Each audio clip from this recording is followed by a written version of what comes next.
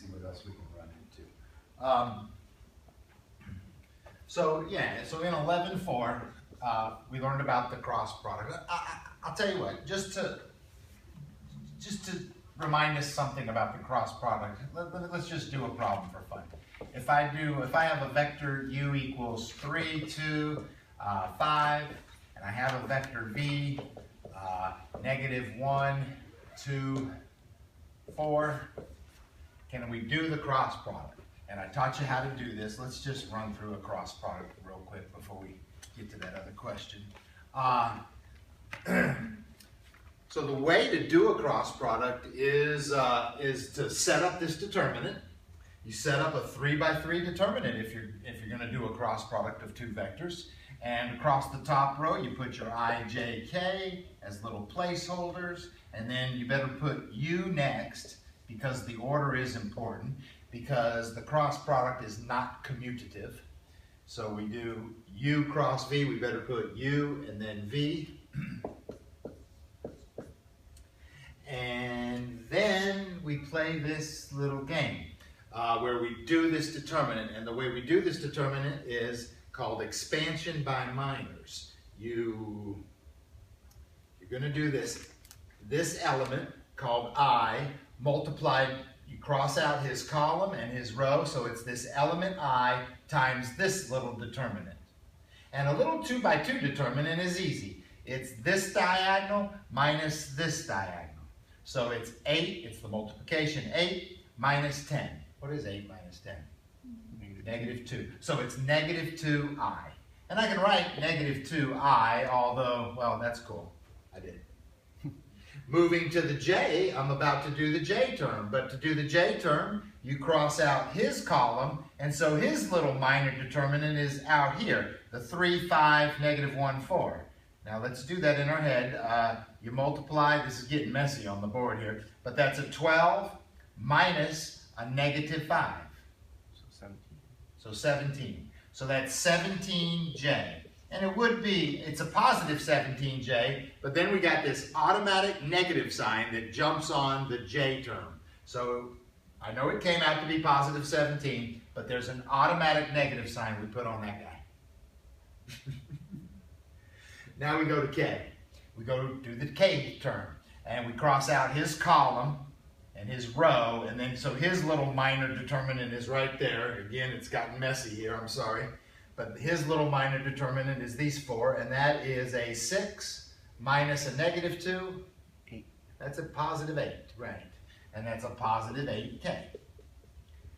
And we had that, and we're done. And that's the vector. -2, -17, 8 is really what it is. I use the IJK notation is just sort of to help me organize this process. But that's the answer. And I did a lot of little subtraction and multiplication in my head there. I was doing these little minor determinants. So I wanted to remind you how to do that. The book might explain it well. And if I can get Monday's video up, that probably explained it real well. Cool. What does it mean? Well, there's a vector u and there's a vector v, and we just did the cross product, which is a third vector. There it is. And in space, if these two vectors are in space with their tails together like this third vector, this cross product we just found is perpendicular to both original vectors. So there's a right angle there, there's a right angle there. It's perpendicular to both original vectors. Which kind of means it's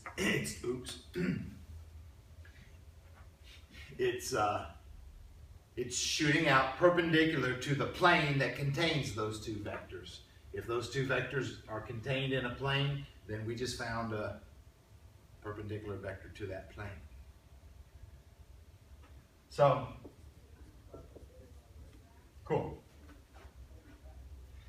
Now, the word problem you asked about, this 29, talks about torque. And they say you can use a cross product to do torque, is what it says. What the hell is torque? And then I read the book and it says the moment about a point. The moment of a force, what did it say? The moment of a force about a point. The moment of a force force about a point. And see, all that is kind of abstract. I mean, I know what a force is. That's not, I can get that. I can put, that's not too abstract. Moment is kind of funny. I've done some moments before. There's something about, there's a rotational factor there. The moment of a force about a point is like the tendency to rotate about a point, I guess. And then torque is some word that means that. It's a measurement of that. The book says that torque is a vector, and it is the cross product of the force vector cross product the distance vector, PQ, of some distance. Is that what the book said? Yeah, that is what the book said.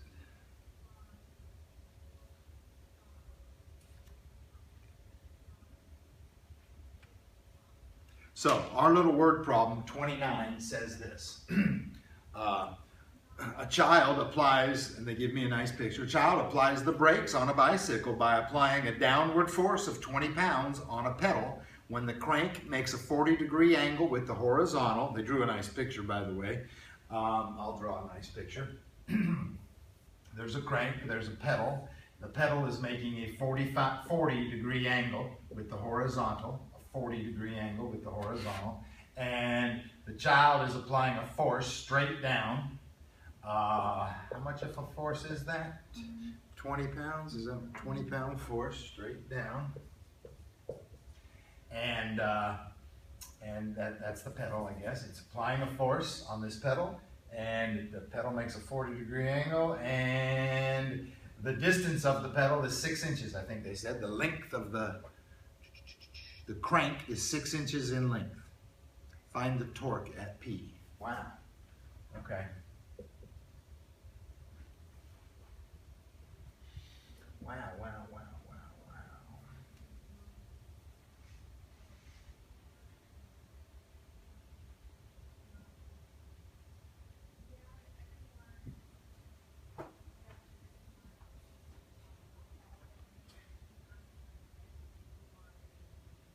Well, I'm going to try this, see if I'm right.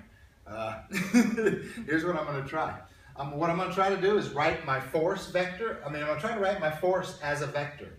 Now, this is sort of 2 dimensions. What's funny is the cross product seems to be fairly useful in 3 dimensions. I've been working with a lot of 3-dimensional vectors. It works in 2 dimensions, but when you set it up like a 3-dimensional vector. So, if you want this to be a 2-dimensional vector, what would you do to make it a 2-dimensional vector? I mean, right. I mean, that a 2-dimensional vector written in 3D would be like this, right?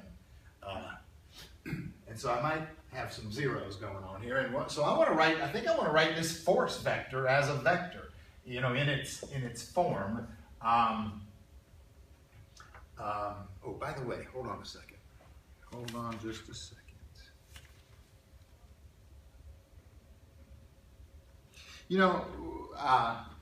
When I read this about the torque, I kind of loosely said it's the cross product of these 2 things. But you know what? I wrote it backwards. And does that make a difference? Yes. Yeah. Monday we said, and I just said now actually, that it made a difference. If you do U cross V, it's not the same as V cross U. One of them is, but they're almost the same. You know what? Their magnitudes are the same. What's different is V cross U is the exact negative of this. So U cross V is this. V cross U would be +2, +17, and -8. It points in the opposite direction. It turns out, though, their magnitudes are the same.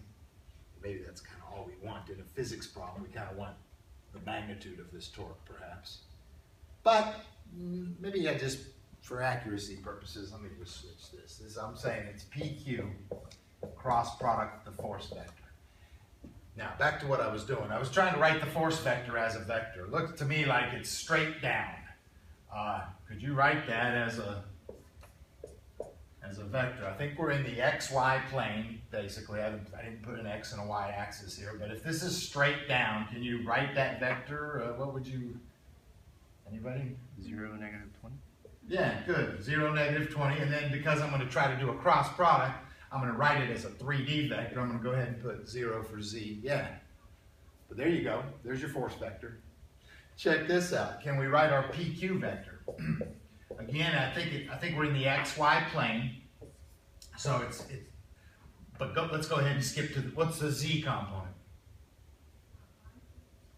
0. Yeah, thank you. I'm going to call it 0. But here it is. What am I doing now? My PQ vector is this distance vector. It's this distance vector. It's 6 inches long, but how do I write that as a vector? And it's got a 40-degree angle. How do I write this as a vector? I mean, I feel like I need the x component and the y component. We practiced this, although we might not. So if this is 6 inches long, what's this x component? 6 cosine 40? Is that what it is? Yeah, something. Yeah. The hypotenuse times the cosine of 40 is the adjacent side, which is the x component of the PQ vector. Right. And the y component would be, I guess it would be up, and it would be 6 sine 40. You guys okay? Mm-hmm. Cool. That's my PQ vector written as a vector. It was 6 inches long. That was the hypotenuse. It's like a distance vector, or displacement is what you might call that. Cool. Now I want to cross product those two things. And by the way, I could make these some decimals if I wanted, or I could wait. Well, let's make these some decimals here. What is this guy? This guy is 6 cosine 40. I got to be in degree mode. And 6 cosine 40. 4.59. I'm going to call that 4.6, I think. And 6 sine 40. 3.9. That's rounding it though, but that's all right. Oops, and then 0. Sorry.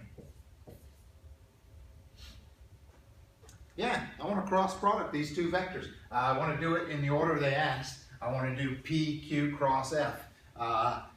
With a bunch of zeros in this is going to be kind of nice, but I'm doing this cross product. Here it is. It's this 3 by 3 determinant. I, J, K goes across the top. I'm doing the PQ cross the F, so the PQ goes first. It's the 4.6, the 3.9, and the 0. Multiplied by the F. The F vector goes next, 0, -20, 0. And now I do this cross product. Watch how fun this is. You ready? The first thing you do is I, which means you cross out I's column, and you're doing this little minor determinant, which is 0 minus 0. 0. Comma.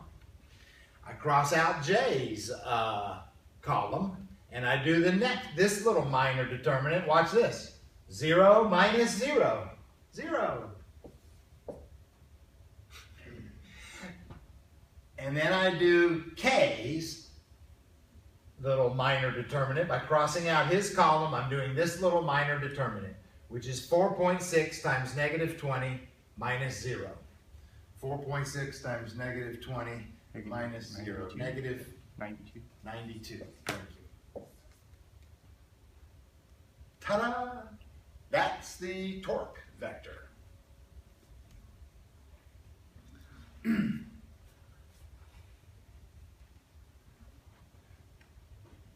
Listen, you guys.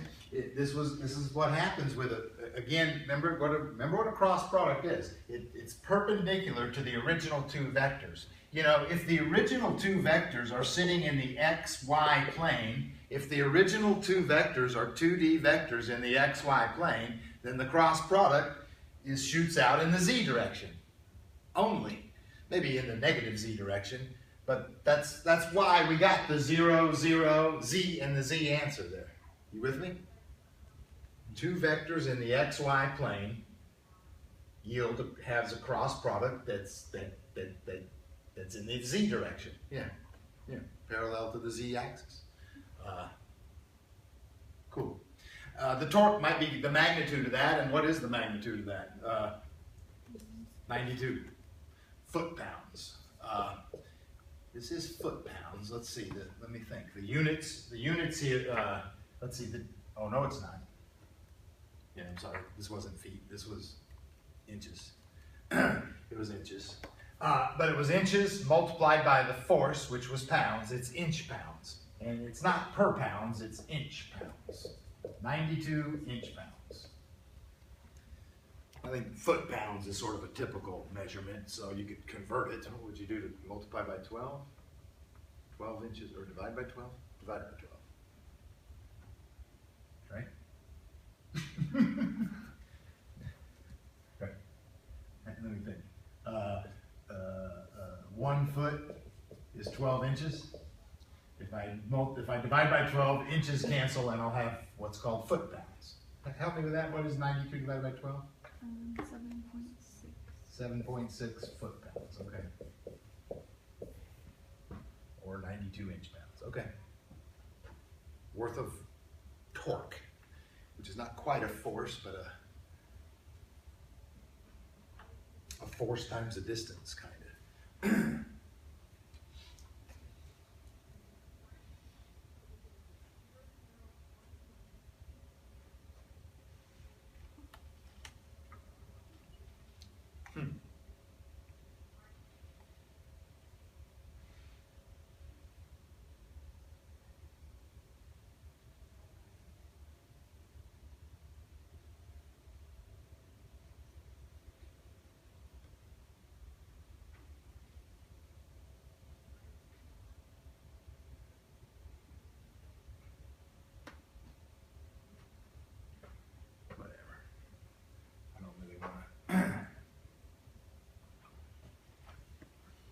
You know, let's say I have this car, this cool, whatever kind of car this is, but I'm stuck in the mud, you know, I'm stuck in the mud.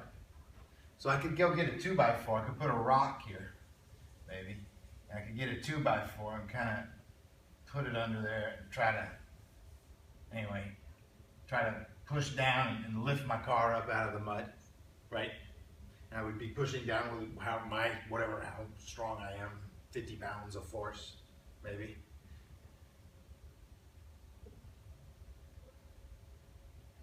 Maybe that would create a little rotation, some kind of torque. I could get some torque, but I would get more torque if I had a longer lever arm. I mean, that's kind of basic mechanics, or if I had a longer lever arm. So if I had a longer 2x4. Anyway, what am I trying to say?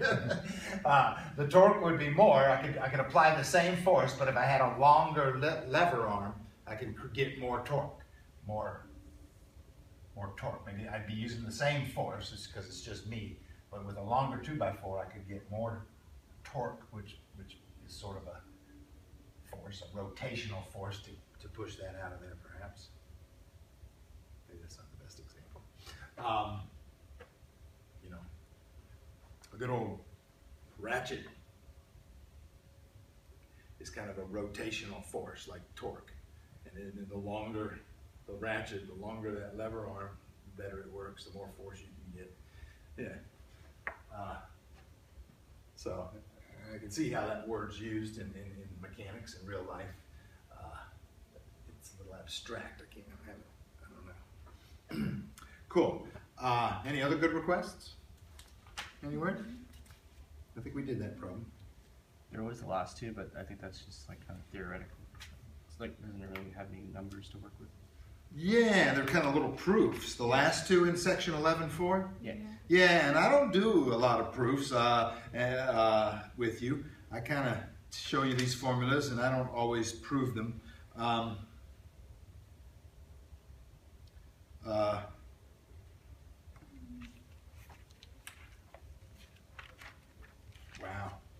Yeah. I just skipped those. Yeah. Well, I'll tell you. Let me show you something. I mean, I don't do a lot, so I can do a little.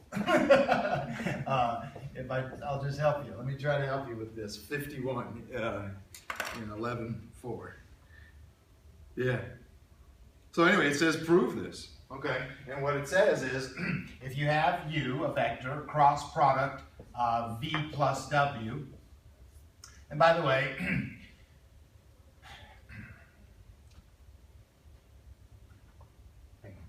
one of the things we've learned is that when you cross product two vectors, you do get this third vector, perpendicular to both.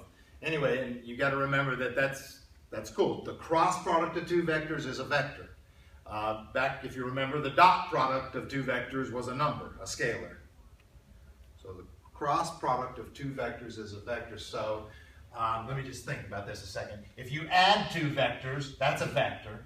And then if you cross product it with another vector, that's a vector. So whatever this is, it's a vector. Now they want me to prove that it equals this. U cross V plus U cross W. Which, by the way, can you put a word on what they just did? What's the word for what they just showed me there? Distributed. Thank you. They sort of distributed the cross product, right? So in this cross product is sort of a new kind of multiplication. We're in a new world of vectors with this new kind of multiplication. So does it distribute? Apparently it does. And they would like me to prove that it does. Let me just check one more thing. If you cross product two vectors, you get a vector. If you cross product two vectors, you get a vector. And then if you add two vectors, you've got a vector. Okay, I'm just checking. That's a vector. That's a vector.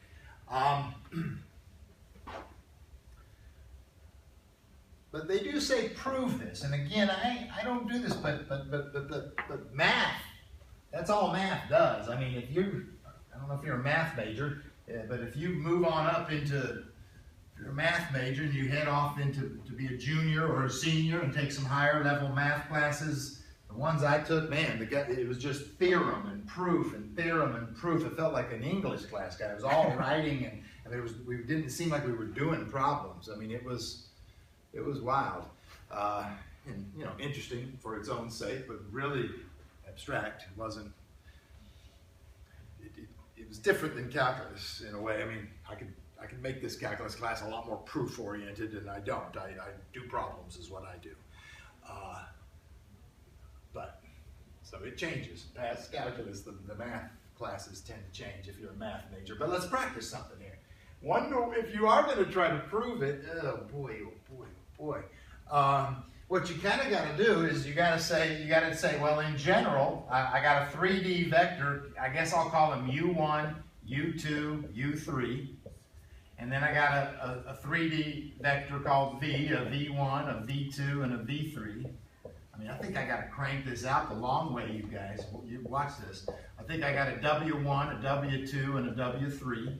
I mean, that's how I have to abstractly refer to these vectors.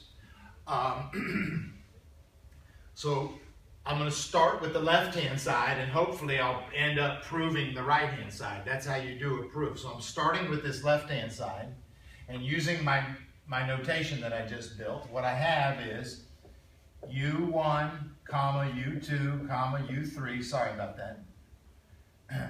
That's my U vector. I want to cross product that with the sum of V and W. Now, what is the sum of V and W? I'm going to go ahead and I'm going to skip a step if you don't mind. The sum of V and W is, what would it be? V1 plus W. Thank you. V1 plus W1, comma, V2 plus W2, right? Isn't that how you add vectors? Yep. Oh my God, V3 plus W3. Cool. I think I should do the cross product. Oh my God, how do I do the cross product? I got to set up a determinant. Oh yeah. A big, long, nasty, abstract determinant. I like it. Oh my God, yeah. I think I see what's happening here. Listen, I'm going to sort of do it over here on my scrap paper. I mean, if I'm going to do this determinant, I mean this cross product then, I'm doing U1, U2, U3, and I'm cross producting with this. Right, V1 plus W1, V2 plus W2, V3 plus W3. Well, here I go. Remember how you do this? You cross out I. I mean, when you do this cross product, you're going to get a vector. And and you cross out i's row and you do this determinant, right, you guys? Yeah.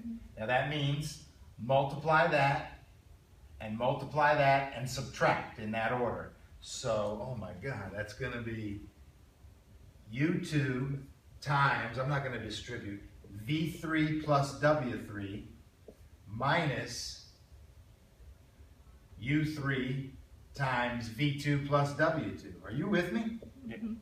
Oh my goodness. All right. This is why I don't do too many proofs.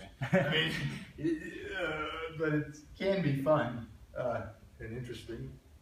If you're a math major, you got to pretend it's interesting. You got to get into it.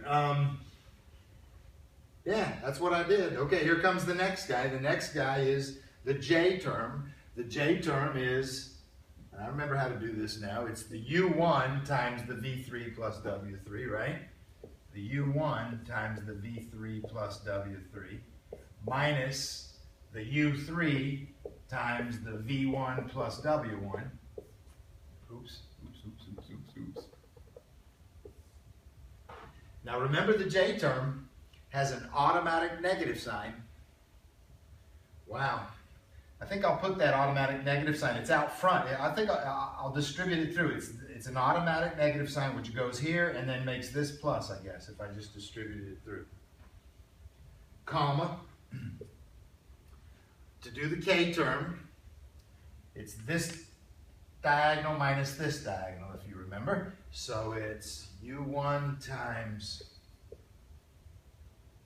V2 plus W2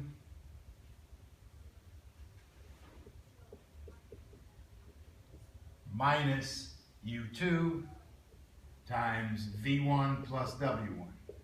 Wow, that's amazing. What the hell should I do now?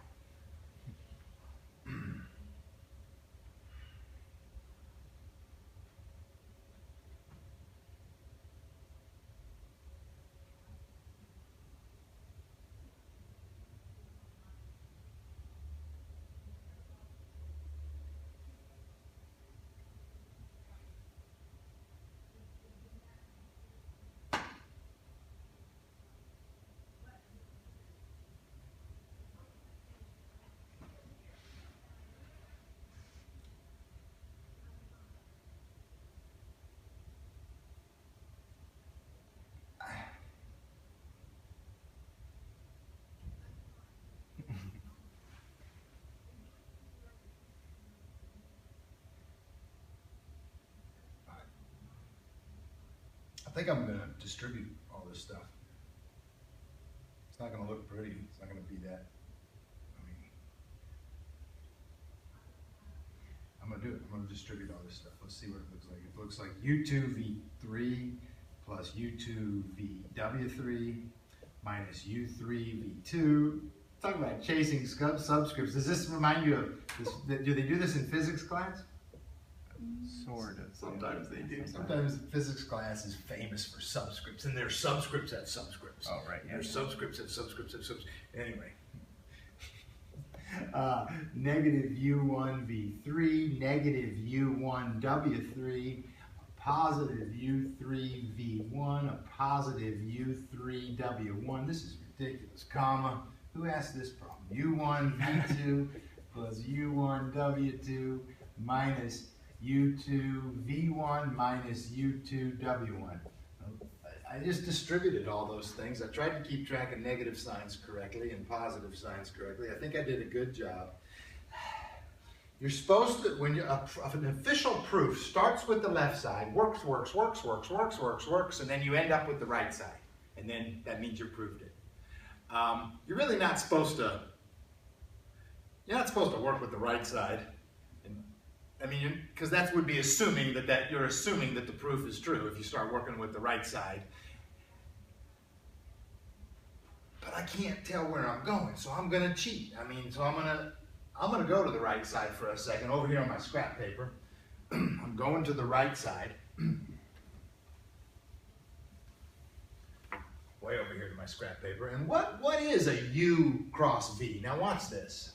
And my book had this, and I didn't bring this up at all. I mean, I taught you how to do a cross product. But if you had a U1, U2, U3, and a V1, V2, V3, I mean, this is what the cross product always is. If you cross a U and a V, you always get this. What do you get? You get this. And nobody memorizes this. That's why I teach you how to do it. Because if you wanted to, you could memorize this. It's always U2, V3 minus V2, U3, comma, U1, V3 minus V1, U3, except wait a minute. He has the automatic negative sign, which makes him negative and him positive, comma, U1, V2 minus V1, U2. You with me? I mean, that's the cross product of any two dang vectors with U1, U2, U3, V1, V2. That's the cross product. Does anybody want to memorize that? Probably not. So that's kind of why I teach you how to do it.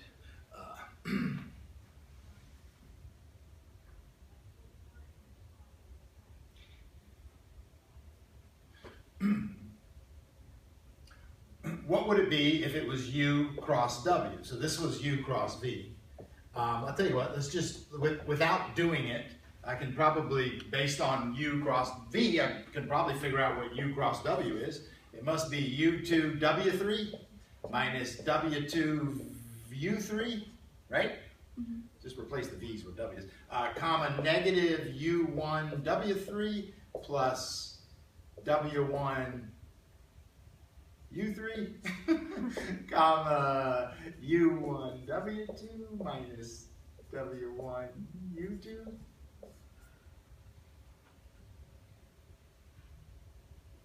I think that's what this is. Remember, now look, what if you added these?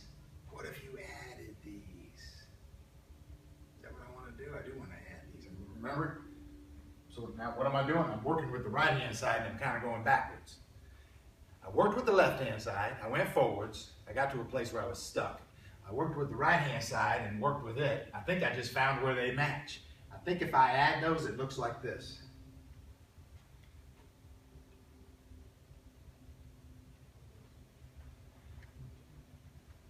I mean,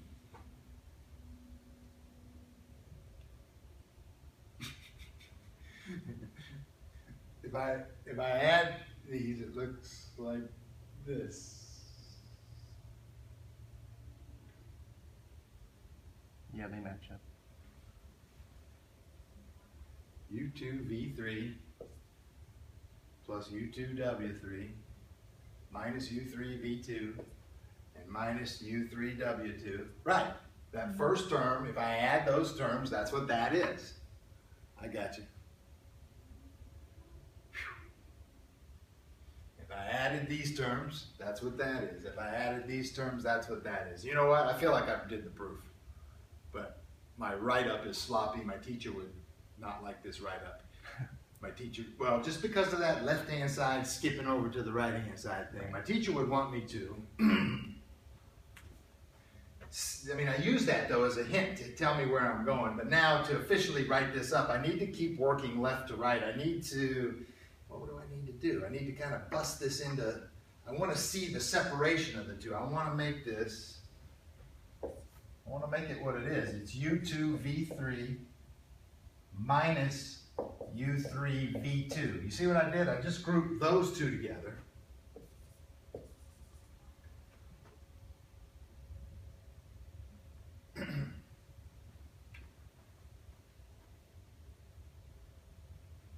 Is that what I did? I grouped those two together. And then I want to say that that's plus, well, I don't really want to do that. I want to say it's plus another vector, which is U2 W3. There you go. This is a little bit cheating too, but that's okay. U3 W2. Are you with me? Mm-hmm. That's what I did. I just took this and busted. I'm pretending it's the sum of two vectors. One of them has that component, the other one has that component. Right. Same with this. I could arrange these to have my U's and V's here, and my U's and W's here. I can arrange these to have my last one to have my U's and V's and my U's and W's. And then I could see that that's u cross v plus u cross w. I would see that it's u cross v plus u cross w. Are you guys with me? Yeah. I got a little sloppy at the end, abbreviated, but that's the game. You know what? Some of these proofs, if you looked at 11.1 or 11.2, I might have asked you to do a little proof, or 11.3, or maybe even 11.3.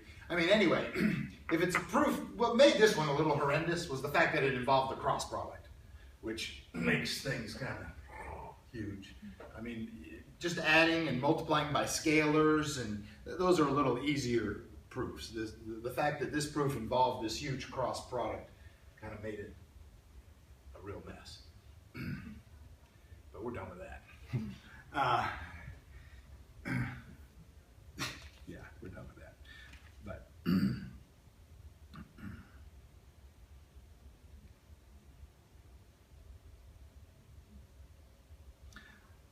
anything else?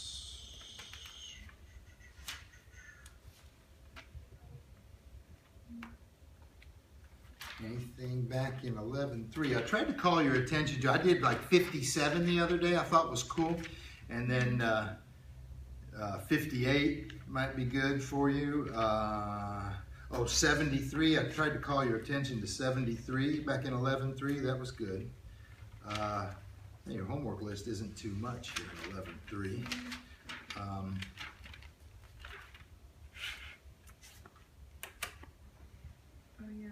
11.2 is kind of cool too. There's this 99. Check this out a second. I jumped all the way back to, we're done. I jumped all the way back to 11.2, number 99. It says, they give you a little picture. I guess it's not that hard. We sort of discussed a cube the other day. It says, find the component form of the unit vector v in the direction of the diagonal of a cube shown in the figure.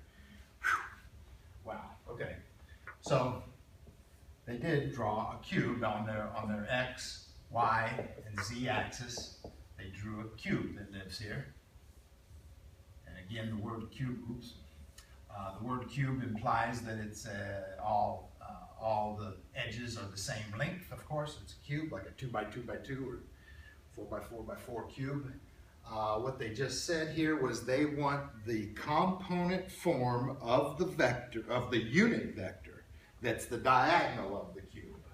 Yeah, this might be a little easier today because we messed with the diagonal of a cube the other day. But that's the diagonal of a cube from the origin out to this corner. It doesn't look too great, but it's okay. It's coming out at me. And they want, and what they're saying about that vector there, that's a little vector v, is they say that it's a unit vector. So they're telling me that it's got a magnitude of 1. It's a unit vector is what they're saying. But they wanted the component form. So how much x, y, and z, they want the component form of it.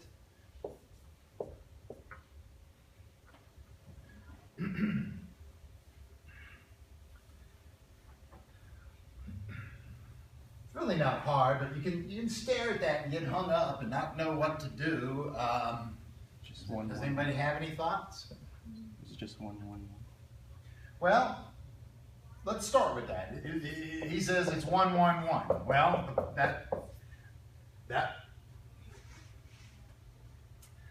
that's cool, except guess what? 1, 1, 1 ain't a unit vector. So it won't, no, so it's not right. But 1, 1, 1 is the diagonal of a cube. It is the diagonal of a cube. So, you know, by the way, if the cube was bigger, here's another diagonal of the cube, 5, 5, 5, you know. Or you could work with this problem sort of abstractly because nobody said what size the cube was. So you could say you got some cube that's A.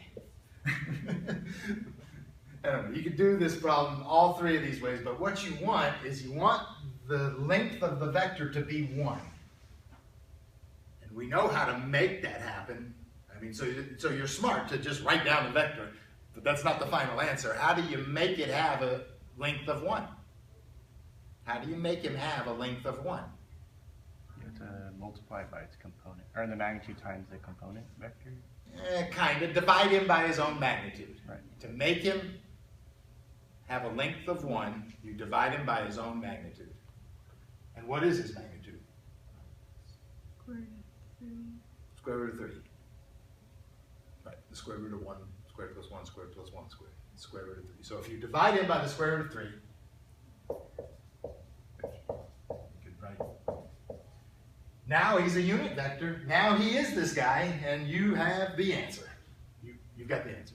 That's the component form of the diagonal of a cube. The cube is not a 1 by 1 by 1 cube. Well, wait a minute, is it? The problem before that. No. The cube is this. The cube is a 1 over the square root of 3, 1 over the square root of 3, 1 over the square root of 3. Those are the dimensions of the cube. They wanted that diagonal to be 1. Yeah, that's what's kind of confusing. It's not a 1 by 1 by 1 cube. If it was a 1 by 1 by 1 cube, its diagonal would be the square root of 3. They wanted that diagonal to be 1, so we divided by that length, and this is it. That's the answer. What if you would have said, what if you wouldn't have thought of that? You would have said, well, maybe I got a 5 by 5 by 5 cube. So that would be his diagonal. And I want to make it a unit vector.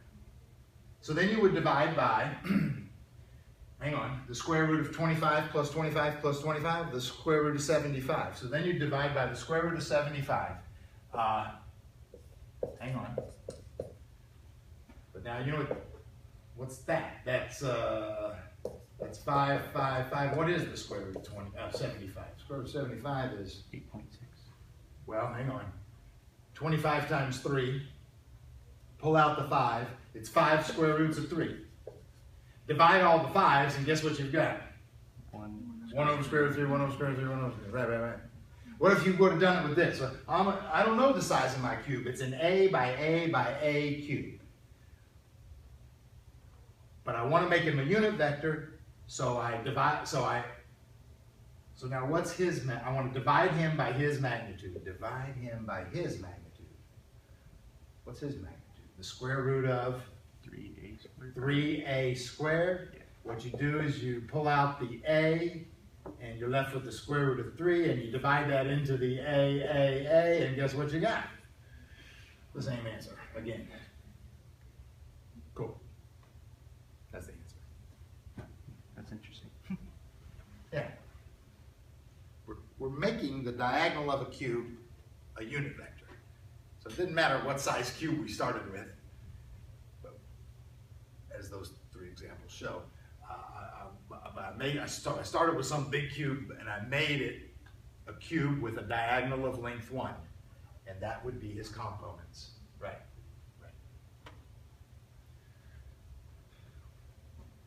Well, again, some of these problems they're cool. They're interesting to think about. The math is not all that hard. A lot of subtraction and, multiplying. I mean, you're not doing a lot of crazy hard math, but you are thinking abstractly in 2D and 3D vectors. You're getting used to that. Technically, we're at the end of class now, so we will stop today. I do think you should catch up from the 11.1 through 11.4 homework and catch up to me, but I think Friday is a good day to launch into some new stuff. And then we got a day off, and then we'll answer some questions when we get back next week. So I'll do that. And